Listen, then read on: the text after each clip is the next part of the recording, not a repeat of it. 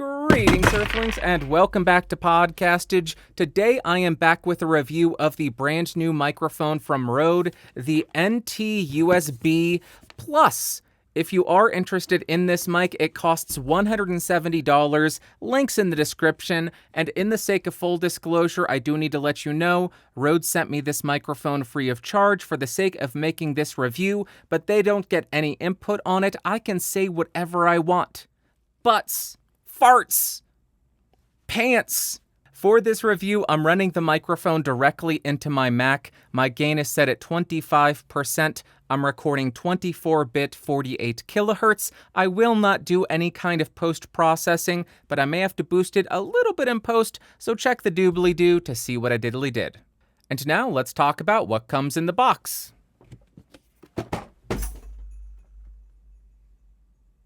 What a shocker, you are going to get the microphone. You'll get this pop filter, which goes directly on the mount. You'll get a microphone clip, as well as a 5/8 to 3/8 inch microphone stand adapter. You'll get a desktop tripod stand.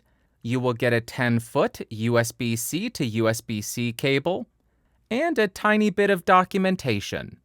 Then as far as the build quality for a USB microphone, this thing feels pretty dang good. It has an all-metal body as well as a very firm metal mesh grille with no give to it. On the side, you will find two dials. The first one allows you to turn up or down your zero latency monitoring. The second allows you to adjust your headphone volume. Then you will find a 3.5mm headphone jack. On the sides, we will find nothing else. On the bottom, you will find a USB-C port to connect this to your computer or tablet, and if it matters to you, this mic is made in Australia. And I also want to show you a side-by-side comparison to the original NT-USB. To me, it looks like they have the same body, a very similar grille design. The side dials are the same. However, there is a bit more foam on the new NT-USB, so you can't see the capsule inside. You will also get a USB-C versus the old printer-style connection port, and the original NT-USB was assembled in China, while the NT-USB Plus is made in Australia. Then as far as the specs, this microphone records at 24-bit 48 kilohertz, which is an upgrade from the original. We have a cardioid polar pattern, a frequency response of 20 Hz to 20 kilohertz, a max SPL of 118 dB, a dynamic range of 97 dB, and this mic functions off 5 volts of bus power. Now I am spinning around the NT-USB to 90 degrees so you can hear the off-axis rejection and coloration. Continuing around to 180 degrees, here is the rear of the mic. Continuing around to the second 90-degree angle, there we go. And then rotating and ending at the front of the microphone. Now let's see how effective the provided pop filter is at rejecting plosives. Please bring pizza pronto. Please bring pizza pronto. Please bring pizza pronto. Please bring pizza pronto. Now I'm about 1 inch away from the microphone to exaggerate the proximity effect, and here is how it's sounding. Now I'm about 6 inches off of the mic with it pointed at the corner of my mouth, and here is how it's sounding. About 1 foot away from the NT-USB Plus. About 2 feet away from the NT-USB Plus. And about 4 feet away from the Rode NT-USB Plus. Now I am typing on a keyboard with Gateron blue switches to see how much of my voice versus how much of the keyboard it picks up. And for the gaming folk, now I am typing on the SAD W and the spacebar keys. Now here is how the microphone sounds in a well-treated room. And now here is how the microphone sounds in a completely untreated room.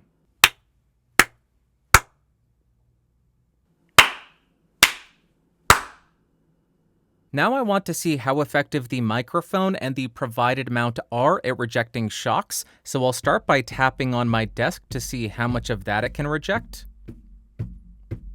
And then I will tap on the boom arm. Next, I want to demonstrate how this microphone performs on the provided desktop tripod. Currently, it is directly in front of me, about 9 inches away, and here is how the audio is sounding with my gain set at 25%. And here is how the microphone sounds on a boom arm level to my mouth about 6 inches away. Next, I want to see how the desktop tripod handles shock, so I'll go ahead and tap on the desk to see how much of that it rejects. Back on the boom arm, and here I am tapping on the desk. And now if I was typing on a very clicky keyboard with the mic on the desktop tripod, here is how it would sound. And on the boom arm, typing on the keyboard. And now, because I'm an annoying person, I'm going to tap on the body of the microphone to see if there are any kind of resonant frequencies.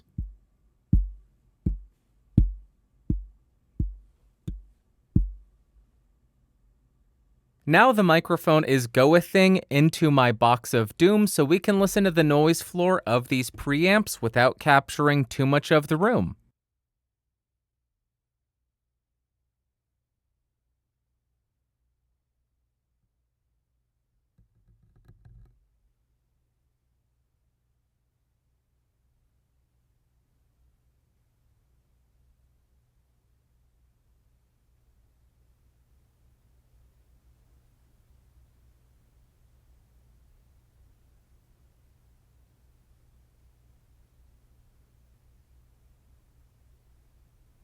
Now I want to very briefly walk through and demonstrate the different DSP processing that is available for the NT USB Plus. First option we have is a high-pass filter, so I will get right on top of the microphone and engage a 75 Hz high-pass filter, and then if we click this again, we can get a 150 Hz high-pass filter.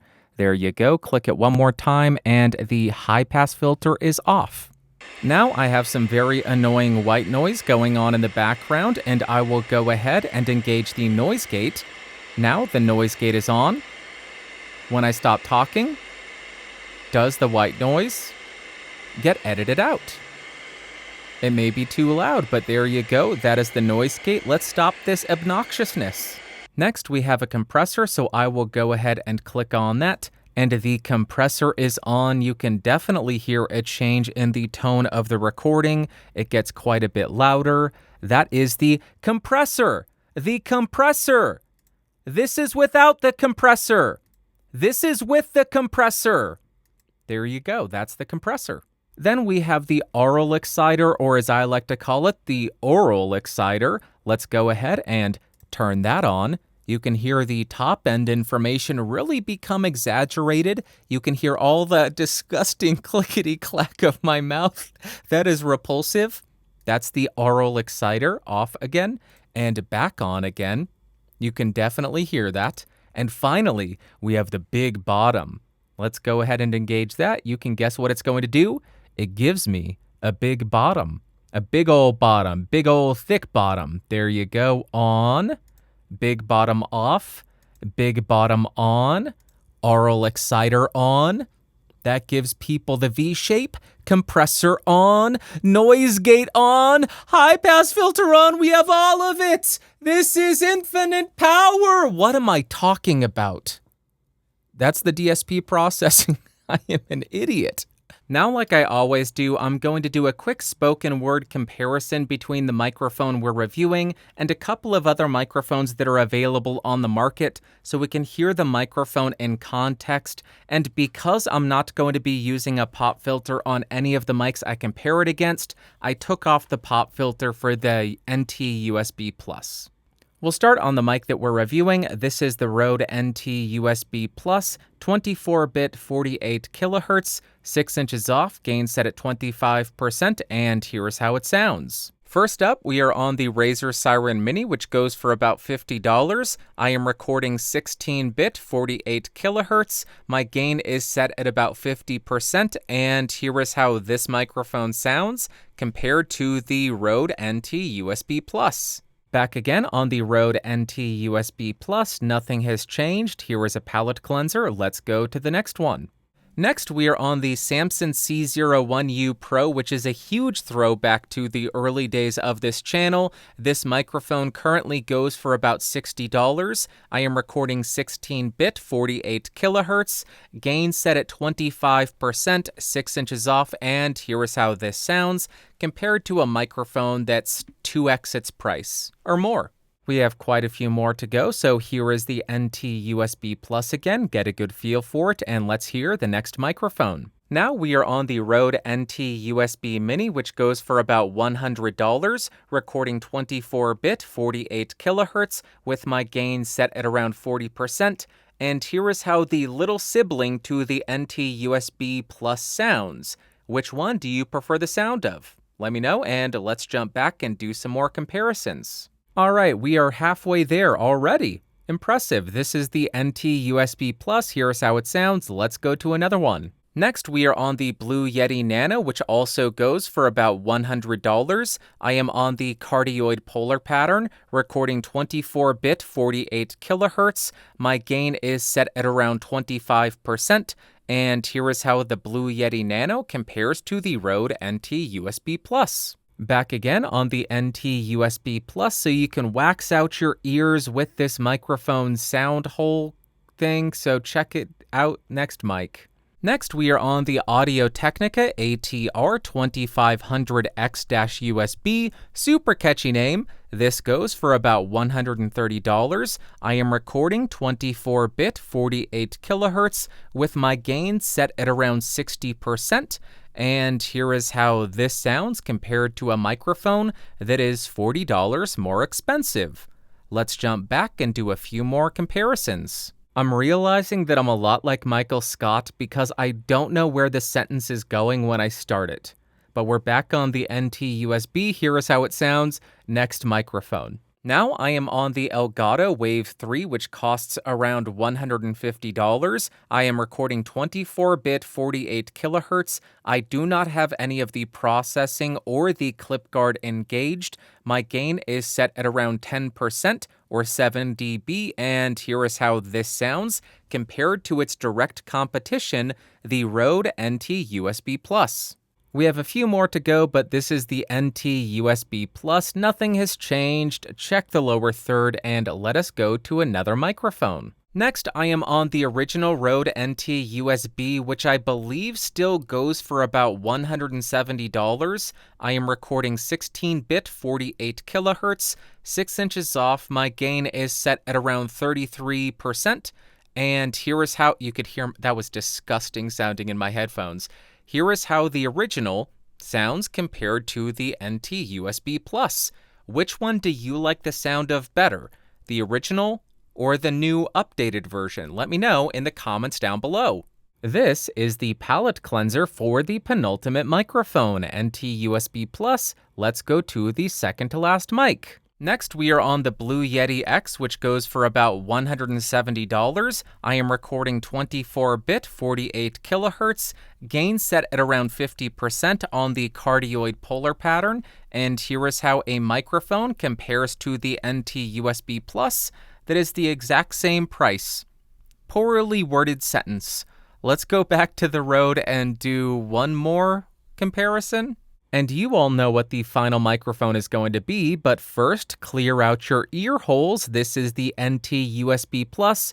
All processing is shut off. Here is how it sounds. Next, microphone. And finally, we are on the Neumann Neumann U87 Ai. This goes for about $3,700. Cardioid polar pattern, connected to the Focusrite 18i20 2nd Gen.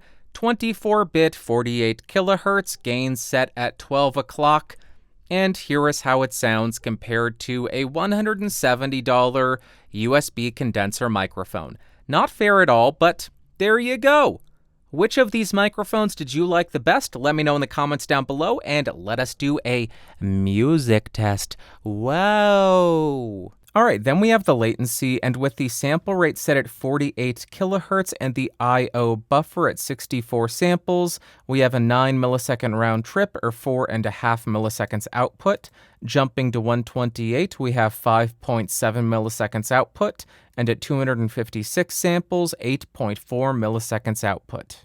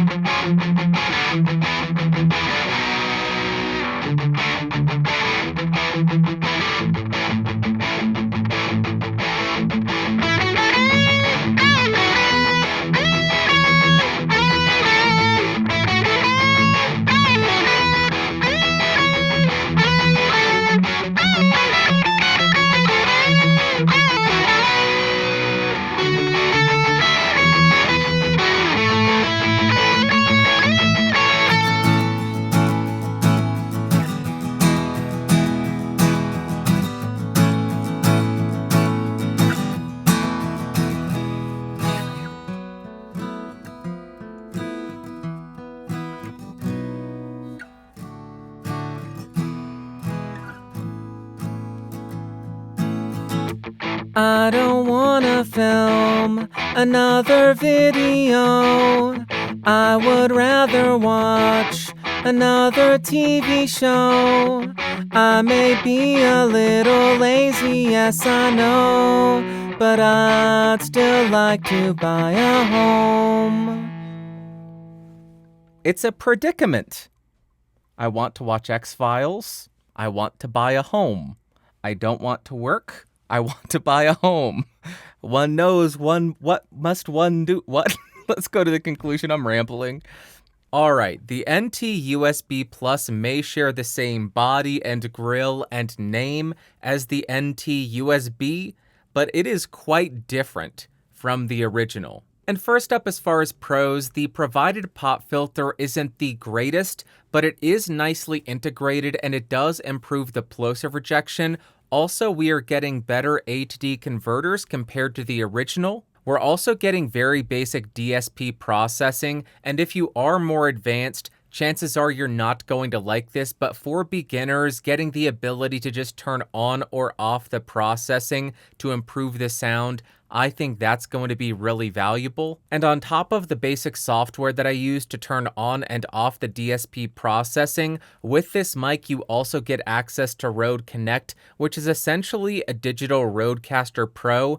I didn't go in depth in this video, but I will link a video I made in the upper corner and in the description so you could check that out. But if you want to record or do a stream mix, that software gives you that functionality. And then as far as cons, I ran into an issue on some computers with a grounding issue where if I touch the microphone in certain areas, you start to hear that electronic hum. On my laptop, I don't have that issue, but on my desktop, I do. That's something to be aware of. I also noticed a quirk where if your gain is set at 0%, that does not mute the microphone. I am a loud talker, but at 0%, I was still hitting -18 to -9 dB when I was about 6 inches away from the microphone. So if you're going to be recording extremely loud sound sources, that may actually become an issue for you. Then I think the low mids on this microphone can become a bit overpowering. Those high pass filters are going to come in very handy. Some people are going to love the low mids, others are going to hate it. And the last thing is just a wish from me. I wish this thing had a physical mute button. Why did I get a lisp? What is happening? I wish it had a physical mute button.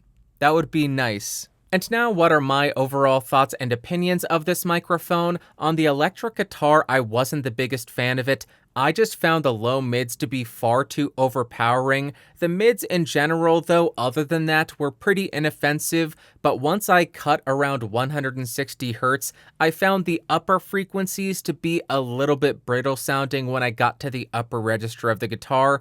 Just not my favorite sound for this application. Then on the acoustic guitar, I was quite disappointed with the sound that I got because to my ears, it sounded dead and dull. It was still very overpowering in the low mids. A broad cut around 150 Hz did clean that up quite a bit, but to my ears, it was still dull and lifeless and just not a sound that I would be looking for on the acoustic.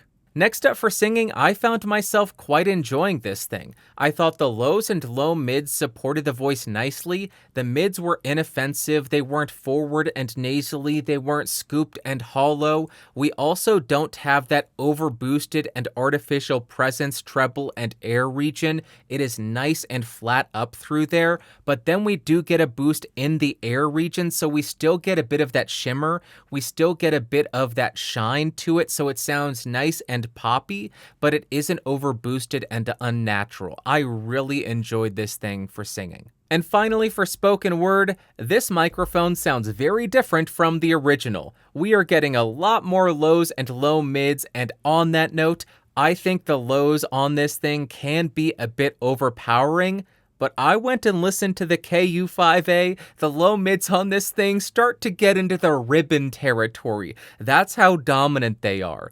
The mids are inoffensive, they are less congested than a lot of the competition. I really enjoyed the mids because of that.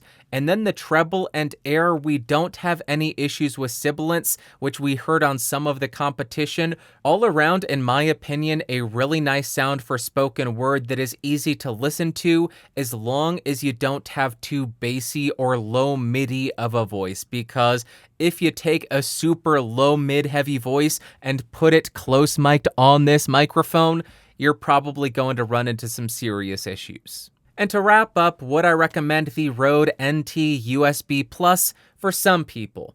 I was not the biggest fan of this microphone for instruments because of the low mids.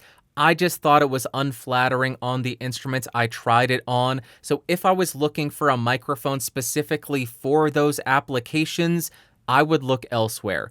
If you're getting this microphone for other applications and then you just so happen to want to record instruments, I would recommend using the microphone a bit farther away from the sound source, or EQ the heck out of the bottom of this thing, because those low mids are going to become problematic in a mix. But I think who this microphone is really geared towards are people who are beginners who don't want anything complicated, but still want a nicer microphone and a nicer sound for something like conference calls, voice calls, podcasting, streaming. Because the microphone is very simple, a beginner will understand this, and on top of that, you have the very useful DSP processing that will actually improve your sound without it becoming too complicated, because it is just an on-off button. But if you are a beginner who is looking to improve your sound and you like the sound of this microphone as well as the feature set of the software, then I would absolutely recommend this microphone, because I think it is quite nice to listen to.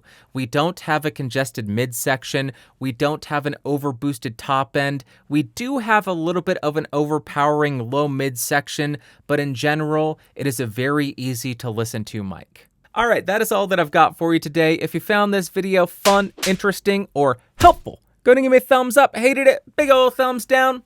Check out that video right beneath me. YouTube thinks that's the perfect video for you, and I bet they are right. Check it out, and these people over here are amazing. They support the channel at $5 or more, and if you want to do that, you would be amazing too. That's all that I've got. Thank you so much for watching. Thank you so much for listening. I will talk to you on a later date. Bye-bye. Whoa, whoa, boop.